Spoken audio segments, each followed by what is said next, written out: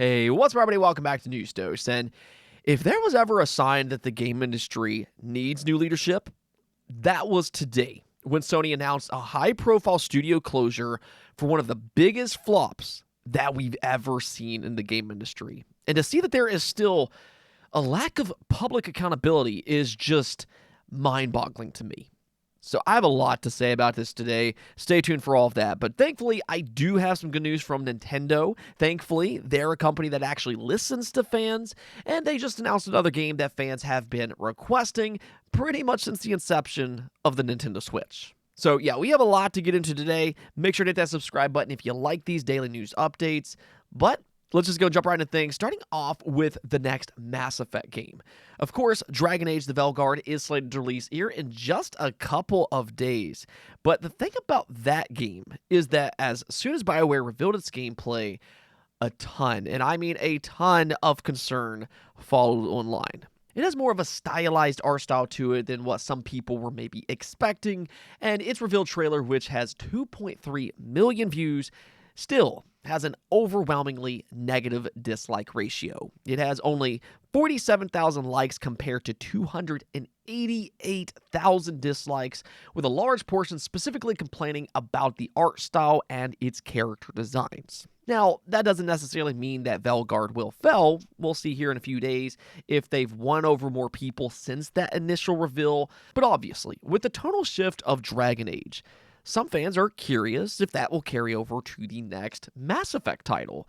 Well, BioWare's executive producer responded to fans online and said, lots of people asking me about Mass Effect now that Veilguard reviews are out, and October 31st is close.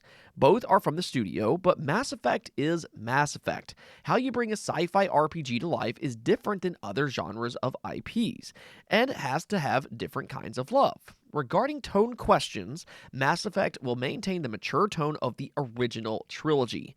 This is all I'm going to say for now. He then also clarified that Mass Effect will have serious characters put in some humorous situations. So, I mean, if anything else here, it sounds like the next Mass Effect game will remain faithful to the tone of the original trilogy, which, I mean, I still believe is one of the greatest trilogies ever made, simply put. So more importantly to me, I just hope they can replicate the quality of their older games. And really with that said, I think that's another reason that fan feedback for Dragon Age the Veilguard is just so important. I think BioWare has a lot to prove with this title, and depending on how well it's received, could go a long way in winning over some confidence from fans once again. So we'll see here in a few days once we get those initial Steam database numbers and how fan feedback specifically plays out.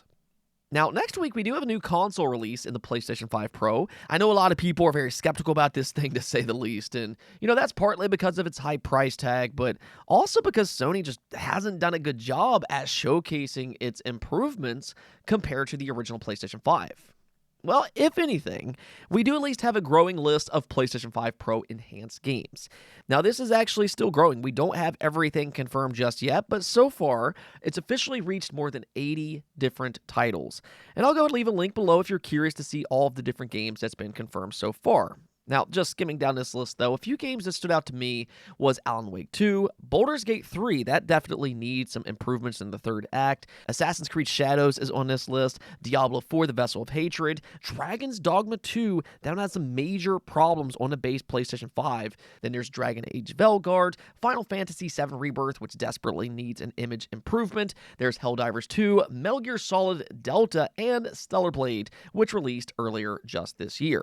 So that's already a pretty good list that includes some games that definitely need some improvements, but there's still a few games that are currently missing that I hope to see added sometime soon, most notably being Space Marine 2 and Wukong, both of which do struggle on the base PlayStation 5. Alright, so since we're on the topic of PlayStation, let's just go and talk about the elephant in the room. Today, Sony announced the closure of Firewalk Studios, and I don't really think that this is necessarily a big surprise given Concord's epic failure. I mean, this is a game that shut down within 2 weeks of its release. And I don't think that we've ever seen something like that from a AAA studio, let alone one from Sony, out of all companies. I mean, Sony has always been known as this top-tier publisher. Yet here we have one of the biggest flops that we've ever seen in the game industry, and that is an understatement. Concord flopped so hard that it would make the biggest fish that you've ever seen blush. This game is an epic failure, and there's no other way to describe it. So that's not necessarily the shocking news. The kicker here is how all of this played out, because the community completely and utterly rejected this game. So we can talk about how bad this game was and how poorly designed the characters are. We can talk about how the developers insulted their consumers when they said they didn't like certain elements. But you know what? I don't want to talk about Firewalk and all of the mistakes that they made. That's all been well documented time and time again.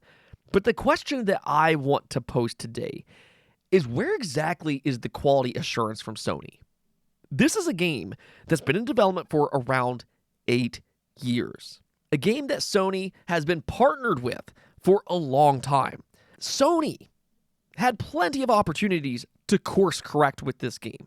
They were the ones that were funding it. And I mean, there's been rumors that Concord cost $400 million to develop. And Sony went out and they saw this game. And not only did they support it, but they thought it looked so good that they decided to acquire this studio in 2023. They wanted to lock Concord down and all of their future content as well, because this is the supposed future of PlayStation Studios. This is their vision.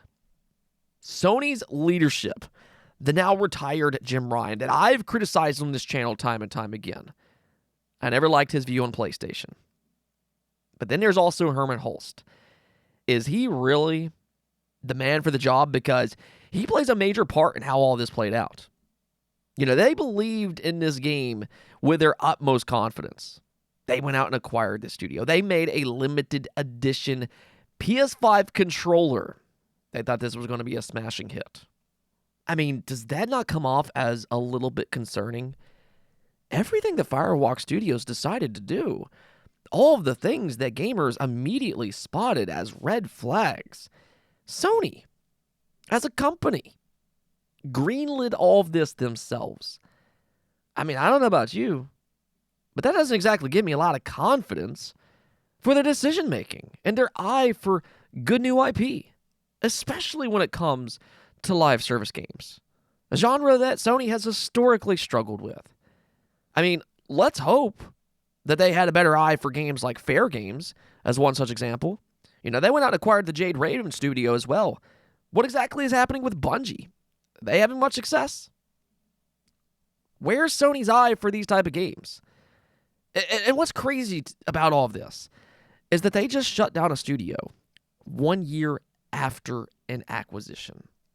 And so far, there is zero accountability from Sony's leadership, because this blunder is equally their fault.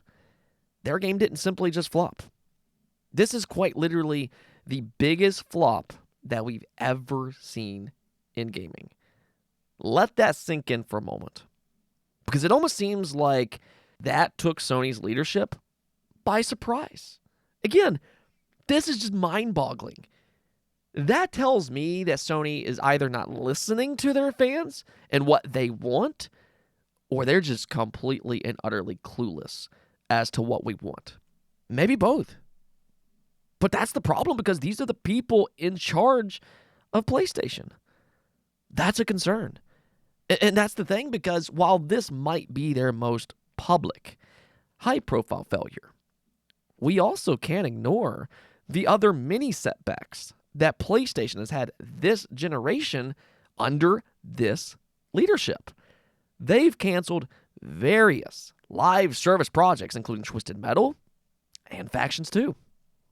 There's a reason that Sony's first-party rollout for the PlayStation 5 has been slower than usual. And that's not only because of ridiculously long development times. I mean, that's also a problem as well. But it's also because they put most of their budget into games the fans simply didn't ask for. Sony wanted 60% of their budget to go towards live service projects. And if you've been paying attention, most of those games already got canceled, or they're outright failing like we're seeing here. Destruction All-Stars didn't exactly do too well. Foam Stars, that's another flop that Sony wanted exclusively for their console. And now we're seeing an even bigger flop with Concord. Helldivers 2 right now is their one lone success story. And in an almost weird way, it seems like that surprised them. They were not expecting that game to be the success that it was in. So Sony really needs to take a step back, and they need to look at themselves in the mirror and course correct. Now, that doesn't mean that they have to abandon their live service initiative completely. I think that would also be a mistake. But they have to learn why they're in the position that they're in and why they need to cater to their existing fan base and what they want.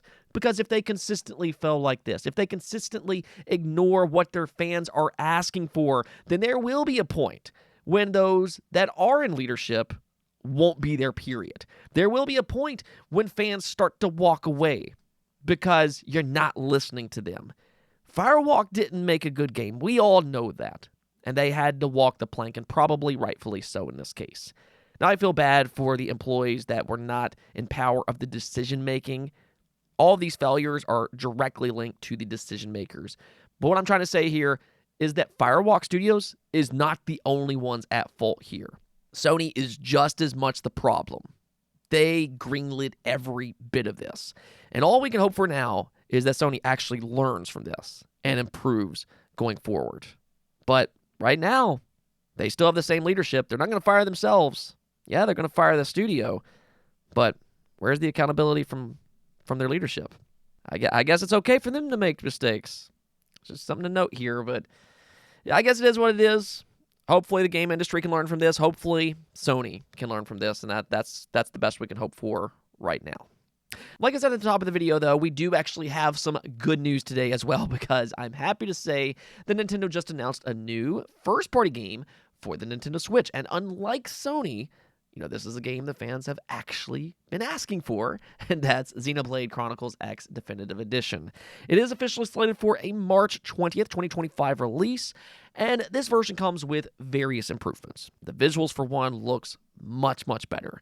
There's already side-by-side comparisons, and similar to what we saw with the Xenoblade remaster, graphics are a night and day difference when you compare it to the Wii U. The lighting just looks much, much better, and the character models are also much more improved. Now, if you're unaware, though, I know a lot of people did not buy into the Wii U. Xenoblade Chronicles X is actually a Wii U game, and a very good one at that. I have this game on my shelf, and I'm so glad to see that it's finally going to get ported over to the Switch. That way, more people can enjoy it. Nintendo has ported over most of their Wii U exclusives, and this is one of the most requested ports for a reason, especially with Xenoblade's growing popularity this generation.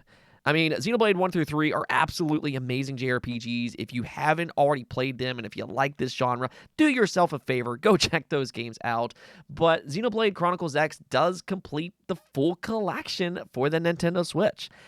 For that matter, Nintendo, ironically, has kind of proven that the Wii U library, yes, had some really good exclusive games. They've ported games like Bayonetta 2, Pikmin 3 Deluxe, Mario 3D Land plus Bowser's Fury. They have Mario Kart 8 Deluxe, which is quite literally their most successful Switch game to date. And now you'll soon also have Xenoblade Chronicles X. So yeah, the Wii U did legitimately have some great games, and now more people will have an opportunity to see that for themselves. I just kind of hope that they continue to port those exclusives over, because there's still games like Zelda Wind Waker HD and Twilight Princess HD. Those still need to be ported. But as a Xenoblade fan, I'm thrilled to see all of these games will soon be available on the Nintendo Switch. Anyways, though, that's going to be it for this episode. But until next time, hit that subscribe button and peace out.